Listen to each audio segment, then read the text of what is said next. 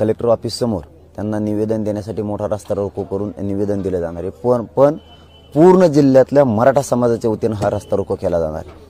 पूर्ण मराठा समाजाच्या वतीनं संपूर्ण गावं जिल्ह्यातले एकाच ठिकाणी एकाच वेळी राज्यभर जमणार आहेत। आपण आपल्या जिल्ह्यात एकाच वेळी एकाच ठिकाणी निवेदन देण्यासाठी निवेदन असणारे सगळ्या सोयऱ्याची जी अधिसूचना सरकारने काढली याची अंमलबजावणी करण्यात यावी ही मागणी असणारे तात्काळ लगेच। दुसरी मागणार असणारे अंतरवाडीसह राज्यातले सगळे गुन्हे सरसकट विनाट मागे घेण्यात यावेत ही एक मागणी असणार आहे। हे निवेदन दिले जाणारे दर दिवस आणि तेच आंदोलन असणार आहे। हैदराबादचं गॅजेट तात्काळ घेण्यात यावं, 1881ची जनगणना घेण्यात यावी, 1901ची जनगणनेचे पुरावे घेण्यात यावे, बॉम्बे गव्हर्नमेंटचे गॅजेट, सातारा संस्थांचे गॅजेट आणि हैदराबादच्या ज्या 25 खोल्या पुराव्याच्या सापडल्या होत्या त्याबाबतची भूमिका आणि ही मागणी आहे की घेण्यात यावं म्हणून तात्काळ।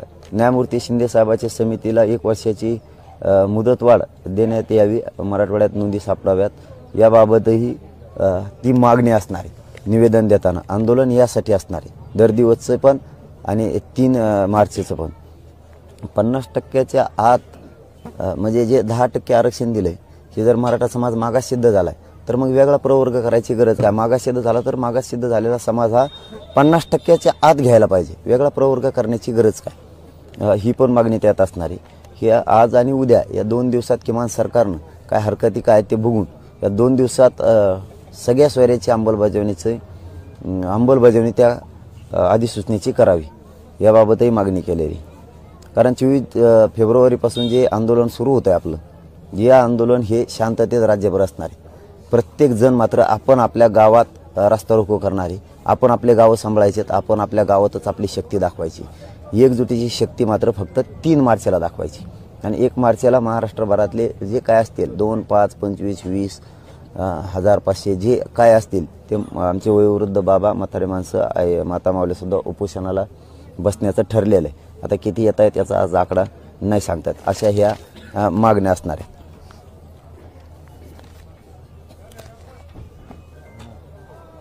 आणि 3 तारखेला जो राज्यभरात जिल्ह्यात मराठा समाज एक शक्ती दाखवणार आहे त्या दिवशी त्याच्या दुसऱ्या दिवशी मुंबईला जर सरकारनं तोपर्यंत नाहीच केलं अंमलबजावणी तर मग मुंबईकडं पुन्हा एकदा प्रचंड शक्तीनं मराठा समाज जाणार यासाठी बैठक होणार आहे। किंवा पुढचं वेगळं आंदोलन दुसऱ्या टप्प्यातलं करायचं आहे का, पहिला टप्पा झाल्याच्या नंतर दुसरा मुंबईकडे टप्पा घ्यायचा आहे का वेगळं करायचं याबाबत बैठक घेऊन समाजाच्या समक्ष सगळा निर्णय होणार आहे। धन्यवाद। आपल्याला काय विचारायचं आहे? या राज्यव्यापी आंदोलनाची परिणामकारकता अधिक गंभीर असेल, त्याची व्याप्तीसुद्धा मोठी असणार आहे आणि त्यामुळं कायदा सुव्यवस्था असेल किंवा सर्वसामान्य लोकांना त्याचा त्रास होईल किंवा सरकारी यंत्रणेला त्रास होईल हे सगळं डोळ्यासमोर दिसतं आहे। आमच्याकडून त्रास होणार नाही, आमच्याकडून सगळं शांततेत आंदोलन होणार आहे कारण त्याला वेळ दिलेला आहे। तेवढ्या 2-3 घंट्याच्या वेळेतच आम्ही ते रस्ता रोको करून ह्या मागणीचे निवेदन प्रत्येक गावातून समस्त गावकऱ्याच्या वतीनं हे निवेदन दर दिवस दिलं जाणार आहे। दर दिवस रस्ता रोको करून दर दिवस दिलं जाणार आहे की तुम्ही अंमलबजावणी करा। आता दर दिवस मागणी करणं का चुकीचं आहे का? हे का चुकीचं आहे का? कायदा सुव्यवस्था बिघडायचा प्रश्नच नाही आहे याच्यामध्ये।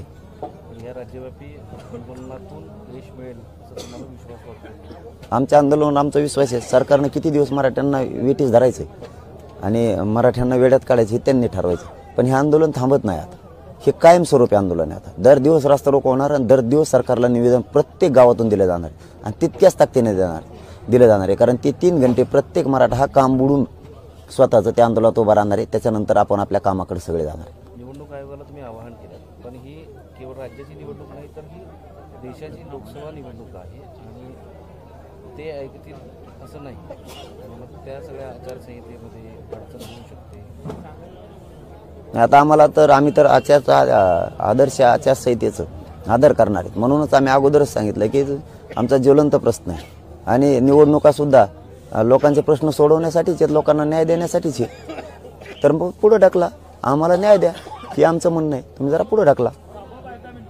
दुसरा असा विषय, आता आपली मीटिंग चालू होती त्यावेळेस बारसकर महाराज एक प्रेस घेत होते आणि ते पत्रकार परिषदेमध्ये असं वाटतं तुमच्यावर आरोप केले तुम्ही किंवा गंभीर टीका केली की कोणी?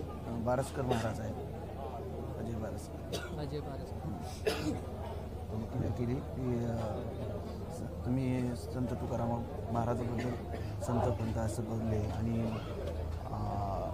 माझ्या हाताने त्यांनी पाणी पिणं टाळलं. त्यांना वाटलं मी पाणी पाजलं तुम्हाला तर तुम्ही मोठे होता, ते मोठे होते आणि तुमचे 100 अपराध भरले, असं गंभीर आरोप केला कोणी म्हणजे बरं. त्यांचा असा दावा आहे की ते अरे हा. आंदोलनामध्ये सहभागी हा आंदोलनामध्ये तुमच्यासोबत सहभागी वगैरे होते असा दावा हा बच्चे भाऊ संघ येणारे वही घेऊन ये हा. आणि तुकाराम महाराजांच्या बद्दल बोललोय अपशब्द वापरला. महाराज अरे महाराजांबद्दल केला असेल तर त्याच्यापेक्षा काय मोठं आहे. दिलगिरी व्यक्त करून मी त्यांच्या चरणी तर माफी मागतो तुकाराम महाराजांच्या, त्याच्या नाही, ते कोण आहे त्याचे केला असेल. अरे मी तर विद्रोही नाही, मी तर संत महात्म्याला मानणार आहे. उपोषणात झालंही असेल कारण त्यावेळेस थोडंसं चलबिचल होतं 100%, कारण माणसाची चिडचिड असते, काय असते. त्यांनी परत एक टीका केली तुमच्यावर की जरांगे हे नाटकी माणूस आहेत, नाही तर बाकीचं जाऊ दे. हरकती मागवल्या त्या 10 तारखेला ते उपोषण ते ट्रॅप आहे, ते ट्रॅप आहे. मग पुढचा ट्रॅप आहे, हे ट्रॅप मागच जे रॅलीतच होणार होता.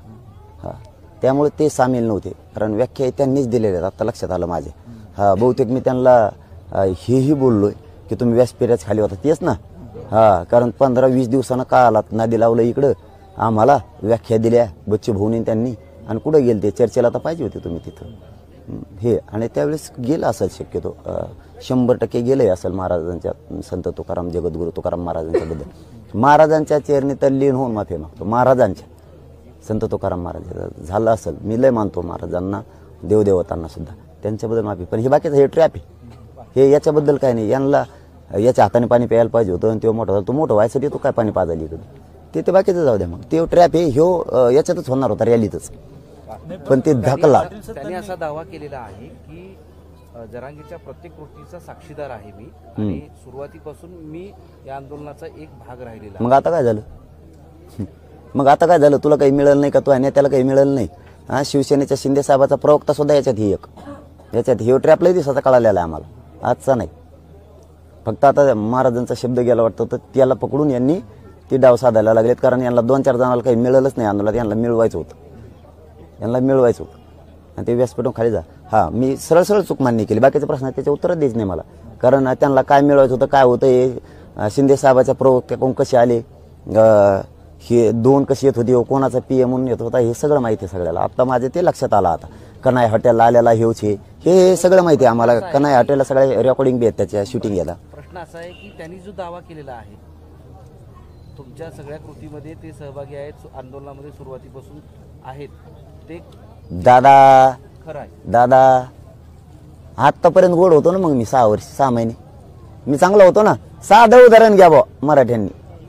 हा मी मराठ्याच्या बाजूचा आहे, यांना काय मिळालं नाही, यांना ट्रॅप रचून बदनाम करायचं, समजून घ्या. याच्यात मुख्यमंत्री शिंदे साहेबाचा बी एक प्रवक्ता आहे, याच्यात त्याचाही नेता आहे. यांना काय काय मिळवायचं होतं, त्यांना मिळालं नसन, त्याचा शब्द आत्ताच सांगितला ना तुम्ही, काहीतरी पाणी माझ्या हाताने पेलं असतं तर मी मोठा झालो असतो. त्यो मग त्याला मोठं व्हायसाठी येतो का माझ्याकडं, तो नेता मोठं करायसाठी येतो का तिकडचं, तू प्रवक्त्याचं ऐकून बोलतो का. मला हे असल्या चिल्लर लोकांवरती यांच्यावर ध्यानच नाही, हे कसल्याचे महाराज असले. हे बघा एवढंच विचारलं ना, इतक्या दिवस प्रक्रियेत तुम्ही होता, वेळेवर यायला पाहिजे होतं, तो कुठे गेल ते, तो खाली होय. मराठ्याच्याच बाजूने बोललो ना, मग मराठ्यांचा लॉस करणारा माणूसच मला संघ नकोय. त्यावेळेस जर महाराजांच्या बद्दल माझ्याकडून शब्द गेलेत तर मी त्यांच्या चरणी, महाराजांच्या जगद्गुरू तुकाराम महाराजांच्या चरणी लीन होऊन सरळ माफी मागतोय, आयुष्यातली पहिली माफी. हो इतकं मानतोय मी त्यांना, मी प्रसार करतोय त्यांचा. वारकरी संप्रदायाला मानणारा पठ्ठ्या येऊ, विद्रोही नाही, विनाशी नाही. त्यांच्याबद्दल तो विषय माझ्यासाठी महाराजांच्या बद्दलचा मी कानाला हातलून हे सांगितलं ना, त्याबद्दल ते बाकीचे विषय हे चालणार आहेत. त्या महाराजांच्या बद्दल मात्र आपण सपशेल माघार आहे आपल्या शब्दाची, सपशेल. त्यांनी पुन्हा एक आरोप केला आहे की त्यांचं असं म्हणणं आहे की लोणावळ्यात आणि वाशीमध्ये काही गुप्त बैठका सुद्धा जरांगे पाटील. अरे मग तुम्ही पाहिजे होते ना रे, तुम्ही पाहिजे होते ना, तुम्हाला मिळवायचं आणि त्याच्यातून पुढं सांगून. आता नाही का ते एक शब्द नाही कळाला का, त्याच्या हाताने पाणी पिलं होतं, तो मोठा झाला असताना मला त्याला मोठं होऊन देत नव्हतं, म्हणजे मला त्याला मोठं होऊन देत नव्हतं. आज ते त्या शब्दानं अर्थ करा तुम्ही. त्यांना 2-4 जणांना मोठं व्हायचं असतो, ते असं त्याच्या आता अशी शक्यता आहे. तेव्हाच ते आधी येत होते, नंतर कुठं आलेत, नंतर आलेत का नाही, यापासून जुळून दिलं नसेल ना मी काहीतरी.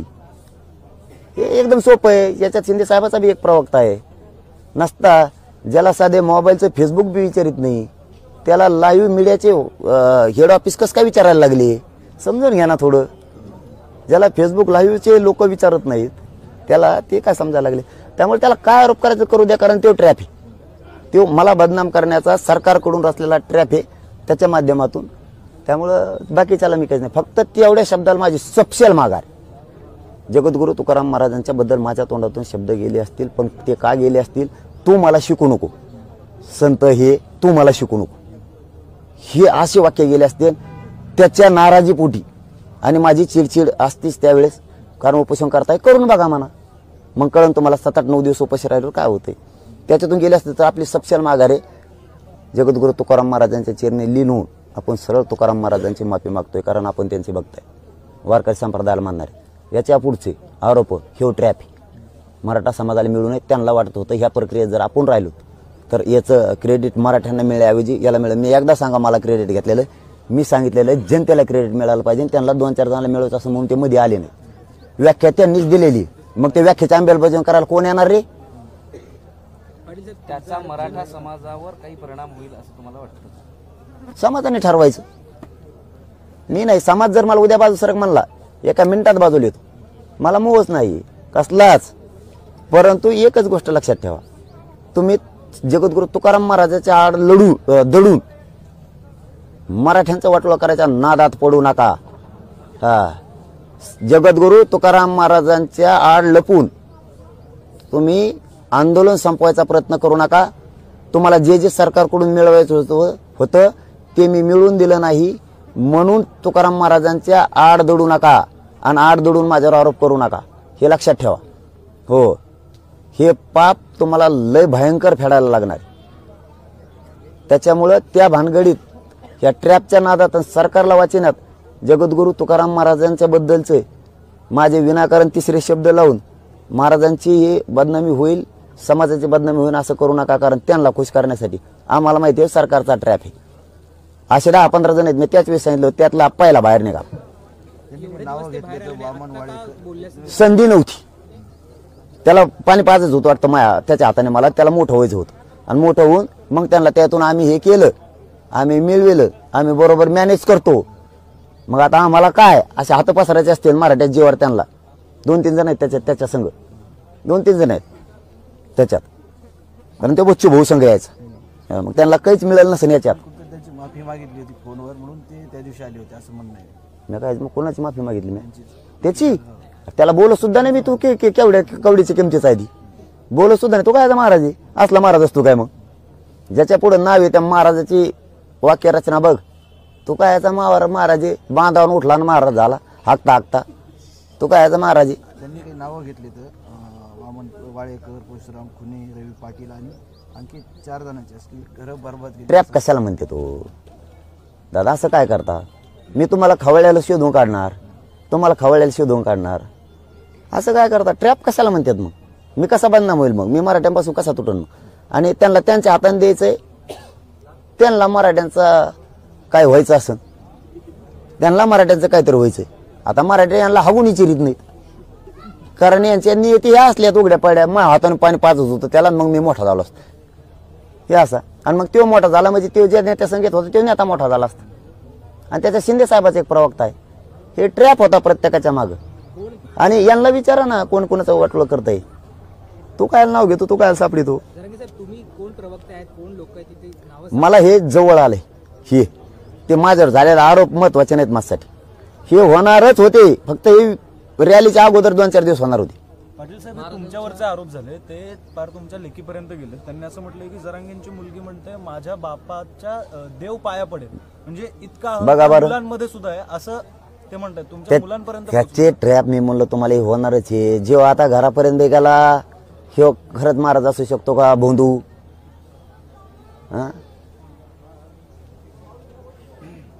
लोकांची खाजून खाणारे लोक, ही काय बाबा? मग महाराजांच्या नावाखाली राजकारण करणार असं वाटतं का तुम्हाला? खाजून खाणारा लोक त्यांचं महाराज नाही असला. मग आपण कसं 1 मिनिटात शब्द काढला, तुम्ही किती लगेच काना धरले जगद्गुरूंच्या बद्दल.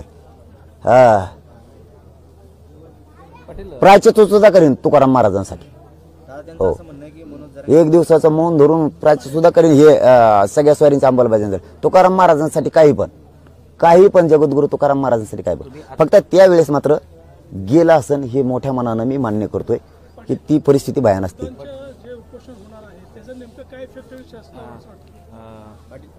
आतापर्यंत तुम्ही भाषणात असं म्हणाले की या सगळ्या आंदोलनाच्या प्रक्रियेत 5.5-6 महिन्यामध्ये अनेक असे ट्रॅपवाले आले गेले,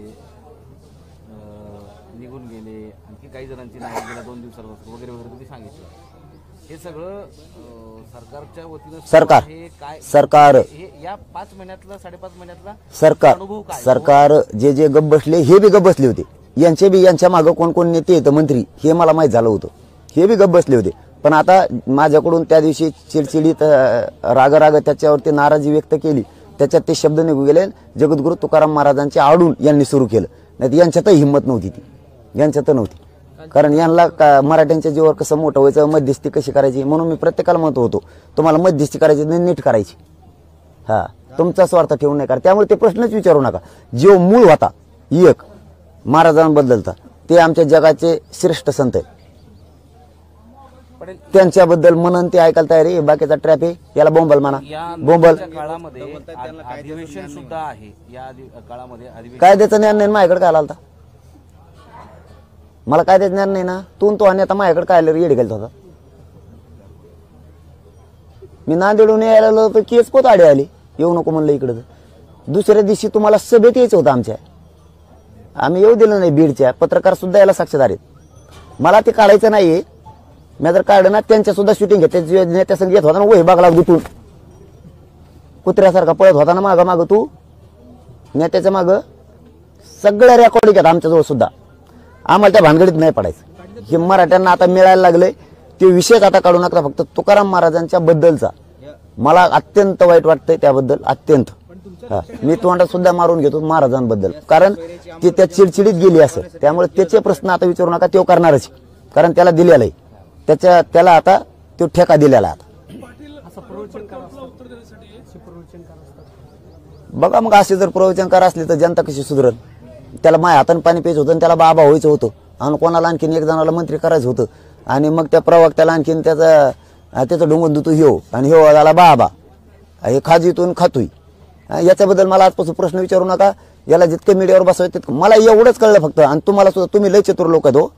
तुम्हाला एवढं सांगतो ज्याला फेसबुक बी विचारित नाही त्याला डायरेक्ट तुमच्या हेड ऑफिसने उचललं कसं काय. याचा अर्थ याच्या पाठीमागे सरकारचा मोठा ट्रॅप उभा आहे. एका मिनिटात त्याला लाईव्ह घेतलं. पण मराठा संपवायला निघू नको. जगद्गुरु तुकाराम महाराजांच्या आडून संपवायला निघू नको आणि लेकरांपर्यंत जाऊ नको. तुला सुद्धा लेकर आहेत लक्षात ठेव. तुला सुद्धा लेकर आहेत लक्षात ठेव. हा मुख्य आता म्हणलं सरकार मी सरळ सांगितलं ना. अरे सरकार मुख्यमंत्री सुद्धा एक प्रवक्ता आहे त्याच्यात. तुम्हाला असं वाटतं की पहिल्यापासून अशी कुठली माणसं तुमच्यामध्ये गोवली गेली होती सरकारकडनं की काय चाललं. आणखीन 19, 20, 21 जण आहेत. त्यातले पहिला बाहेर निघाले सगळे दबले होते. मला माहित झालं ते काय काय करणार आहेत. काय काय तर रॅलीत येणार होते नुसते आणि बोललो नाही म्हणून नाराज होऊन प्रेस घेणार होते. प्रेसची एक मिनिट प्रेसची तयारी केली ती. मी जर त्यांना रॅलीत नाही बोललो तर बोललो बी तरी ते म्हणणार होते बाहेर जाऊन त्याने आम्हाला किंमत दिली नाही. बोललो नाहीत आम्ही इतकं केलं. आम्ही इतके दिवस भोगलं तितके दिवस भोगलं. याच्यातला हे दुसरा ट्रॅप आहे. मध्ये एक झालाय. आता ते कोणाच्याच आठवण येत नाही म्हणून मी बी नाही आठवण येत. एक झालाय फेसबुकवर व्हिडिओ टाकून झालाय बी. पण त्या दिवसच्या प्रेसला त्याला जाताच नाही आलं. त्या दिवशी सुद्धा अशीच लाईव्ह प्रेस तयार करून ठेवली होती. मग आता काही जणांची रॅलीत मी नाही बोललो म्हणून जायचं आणि सांगायचं आम्ही इतके दिवस काम केलं. हे बोललाच नाही. आम्हाला इज्जतच नाही दिली. किंमतच नाही दिली. आमचं ऐकतच नाही. त्याच ओढितो. खरं आहे ना. मग मी हेकेखोरपण आहे. मी ओढितो समाजासाठी हेकेखोर आहे मी. यांचं म्हणणं सगळ्याला गुंडळून धरावं सांभाळून चोंबळून. तू चोळेव ना. मी नाही. मी हेकेखोर नाही. मी समाजाकडून खोटं नाही बोलत. नाही ते मुद्दाम सांगणं आता गरजेचं आहे की मी समाजाकडूनच समाजासाठी हेकेखोर आहे. मी समाजासाठी कट्टर आहे. मी समाजाकडूनच वाढणार. तुमच्या स्वार्थासाठी नाही वाढणार. फक्त जगद्गुरु तुकाराम महाराजांच्या आडून सरकारचा ट्रॅप चालू नको. लक्षात ठेव. सरकारचा ट्रॅप चालू नको. मी तर आता पुरा झुकलोय जगद्गुरु तुकाराम महाराजांच्या समोर. आणि सगळ्या स्वारीची अंमलबजावणी झाल्यानंतर मी लोटांगण घालील तिथं. काय लहानपण नाही मला. कारण आम्ही शिष्य लोक आहेत त्यांचे वारकरी संप्रदायाचे. या आंदोलन आंदोलनाच्या काळामध्ये अधिवेशन आहे अर्थसंकल्पीय आणि ते 5 दिवसात असणार आहे, 26 पासून सुरू होतं. तर तुमचं काय म्हणणं आहे की या अधिवेशनामध्ये हा विषय चर्चेला अधिक जावा किंवा त्याच्यात पहिल्या दिवशी किती तारखेपासून आहे? 26 फेब्रुवारीपासून नियोजित अर्थसंकल्पीय अधिवेशन आहे. नाही आता ते नाही आमच्या हातात, ते त्यांच्याच हातात आहे. हे होतं हातात आमच्या. आम्हाला वाटलं होतं गोरगरीब मराठ्यामुळे अधिवेशन घेतलं, याच्यात घेतील सगळ्या सोयऱ्यांची अंमलबजावणी करतील, नाही केली.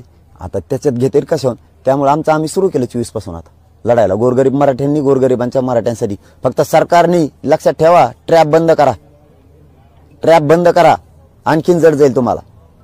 ट्रॅप बंद करा. हे चाललेली याच्या अगोदर एक टाकलाय, तो मोडला, हे दुसरा टाकलाय, बंद करा. आणखीन 16-17 आहेत तुमचे ट्रॅप, आम्हाला माहिती आहे. तुम्ही हे बंद करा. आणखीन समाजाचा रोज जास्त सरकारवर घेऊ नका. सरकार यांना मायाजाळात अडकवते गोड गोड बोलून आणि आमिष दाखवते, आणि त्या आमिषाचे पोटी तुम्ही बोलतात, पण तुमच्या एक ध्यानात नाही. खूप दिवसानंतर मराठा एक झालाय, मराठ्याला मिळालंय. मराठ्याला नुसतं भुलीत नाही मी, मराठ्याला मिळालंय सुद्धा 1.25 कोटीपर्यंत आरक्षण. हा, तुमच्यासारखं नाही. त्यामुळं त्यांचं ऐकून जातीचं वाटोळ करू नको आणि जातीचं रोस्तुयावर सुद्धा घेऊ नको. याच्यानंतर ते कोण आहे बावलटकर, काय त्याला त्या बावलटकर बाबाला इथून पुढे मी उत्तर सुद्धा देणार नाही. तुला काय बॉम्बलायचं तर बॉम्बल, जे बॉम्बलाय ते बॉम्बल. पाटील, राज्यव्यापी आंदोलनाची धग देशात सगळीकडे जाईल असं तुम्ही बोलताना म्हणाले की देशाची नाचक्की, आपल्या राज्याची नाचक्की पण होईल, कारण वृद्ध माणसं सुद्धा अन्नत्याग आंदोलन करतायत, नातवांसाठी उपोषण करतात. या आंदोलनाची धग म्हणजे अंतरवलीच्या आंदोलनाची धग राज्यभर गेल्या 5 महिन्यामध्ये पसरली होती. आता या आंदोलनाची धग ही देशभर पसरेल असं तुम्हाला म्हणतो? राज्यभर, फक्त लाल किल्ल्याजवळची संसद सुद्धा दखल घेईल असा त्याचा अर्थ. जबरदस्त दखल घेईल. एवढं मोठं आंदोलन ते राहणार आहे. आणि स्वतःच्या नातवाच्या, नातीच्या, लेकीबाळीच्या न्यायासाठी आजोबा आजी सुद्धा उठायला लागलेत. हे सरकारनं समजून घ्यावं. त्यांच्या आईबापाच्या वयात आहे आणि ते समजून घेऊन हे पुढं काम करावं आणि सरकारने ट्रॅप बंद करावेत, थांबवायचे सांगावेत. नसता याला वेगळं वळण लागू शकतं. याचा अर्थ असा आहे की लाल किल्ल्याच्या जवळ पंतप्रधान सुद्धा या आंदोलनाची दखल घेतील असा तुम्हाला आशावाद आहे का? हो, घ्यावंच लागल. सरकारला सांगतील ते सगळ्या सोयऱ्याची अंमलबजावणी करा. 1 तर केली 10%ची, कशाला अर्धवट दिलं? पूर्णच द्यायचं तर त्यांच्याच फायद्याचं आहे. म्हणून माता माऊली बसालेत. प्रत्येक शब्दाला सांगतो पुन्हा पुन्हा, सरकारने ट्रॅप बंद करा. याच्यापेक्षा आणखीन जड जाईल. हळूहळू एक एक माणूस पुढे घालताय तुम्ही. म्हणजे तुम्हाला हे आंदोलन जोवर सुरू आहे तोवर एक एक माणूस पुरवायचा आहे. पहिला टाकायला गेला तुम्ही फेल गेला, दुसरा टाकायला गेला तो फेल गेला, हे तिसरा आहे. आता मीडियाचं व्यासपीठ उभा करून दिलंय. आणखीन 16-17 राहिलेत, ही तिसरा आहे. आता लोकसभा निवडणूक काही दिवसांवर येऊन ठेपलेली आहे आणि त्याच काळात आंदोलनाची ही धग सुरू होईल. तर त्या लोकसभा निवडणुकीत याचे परिणाम दिसतील का? नाही, निवडणुकीच्या बद्दल नाही बोलत आम्ही आज सगळ्या सोयऱ्याच्या अंमलबजावणीच्या बद्दल. आणि ती अंमलबजावणी घेतल्याशिवाय थांबत नाही. पुन्हा प्रत्येक प्रश्नाच्या उत्तराला आजचे दिवस सरकारने ट्रॅप बंद करायचा, ते थांबवायचे. आणि त्याच्या मागे जे सरकारचे लोक उभा राहिलेत, प्रवक्ते, माजी मंत्री, यांनी थांबवा. तुमचं नाव घेऊ शकतो मग मी याच्यात. जितके दिवस सहन होईल तितके दिवस घेईल. हे ज्याच्या मागं बगलात गुंतून पळत होता त्यांचं सुद्धा नाव घेईल. मग असं पळायचं. म्हणजे याचा अर्थ असं महाराष्ट्रातील मराठ्यांनी घ्यायचा का की असा जर ट्रॅप मराठ्यांना सरळ सांगतो, यांनी प्रश्न विचारला म्हणून मला या आंदोलनातून बाजूला काढायचंय, मराठ्यांना मिळून द्यायचं नाही. मराठ्यांचं वाटलं 10%वरच करायचं यांना, म्हणून हे ट्रॅप काढले. सगळीकून सगळे भिडणार आहेत आता मला बाजूला काढायसाठी. बघा, मराठ्यांना सांगतो, चॅनलच्या माध्यमात सांगतो, मला बाजूला काढायसाठी. कारण यांना इमानदार आंदोलक नकोय. पैसे फिशे पद घेऊन फुटणारा पाहिजे. मला यांना असा आरोप करून बाजूला सरकवायचे, असे हे सगळीकून सगळे भिडविणार आहेत ते. आणि मला बदनाम करून बाजूला काढलं की यांना 10%वरच मराठ्याला गुंतवायचंय. एकदा निवडणूक झाली की ते बी खड्ड्यात जाईन आरक्षण. मराठ्यांचं पुन्हा वाटलं. कारण ह्यो विषय आता तर कायमचा संपवायला लागलो मी सगळ्या सोयऱ्याच्या माध्यमातून. आणि ह्यो संपू द्यायचा नाही. आणि संपू द्यायचा असला तर आमचं ऐक, असं म्हणणं आहे त्यांचं. आमचं ऐक, आम्हाला घेऊन चल. आम्ही म्हणतो त्या संघ बैठक कर. आम्ही म्हणतो मुख्यमंत्र्यांचं ऐक किंवा सरकारचं ऐक, असा ट्रॅप येऊ. आणि मग मी ते म्हणते तसं नाही ऐकत. मला मग व्याख्या पाहिजे सगळ्या सोयऱ्यांची. या परिस्थितीत त्यांना यात यश मिळेल का? ते मराठे ठरविणार. आणि मी जर खोटे जगद्गुरु तुकाराम महाराजांची माफी मागत असले तर ते मी भोगील, नसतं ते भोगीतील. फक्त त्यांच्या आडून चाळे नाही करायचे, मराठ्यांना बरबाद करायचे, सरकारचं ऐकून चाळे नाही करायचे. कोणाच्या मागं कोणी सगळ्याला माहिती. तुझ्याबद्दलचं इथून पुढे एकही उत्तर देणार नाही. तुला ज्या शब्दात बोलायचं त्या शब्दात बोल. आणि ते काय बोलला आता मी काय ऐकलं नाही, पण आता पुरं ऐकतो. याच्यानंतर उत्तर नाही त्याला. महाराजांबद्दल एवढी उत्तरं मिळाली, महाराजांचं नाव नसतं घेतलं तुला एवढी उत्तरं नसती मिळाली. कारण मराठ्याच्या नजरेत तुला किंमतच नाही. चलो, धन्यवाद.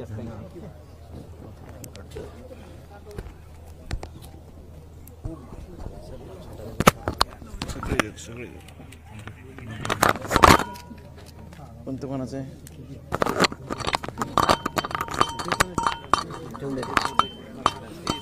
उमेश सर, प्रेस संपली, आपल्याला गेस्ट लाईव्ह कितीला?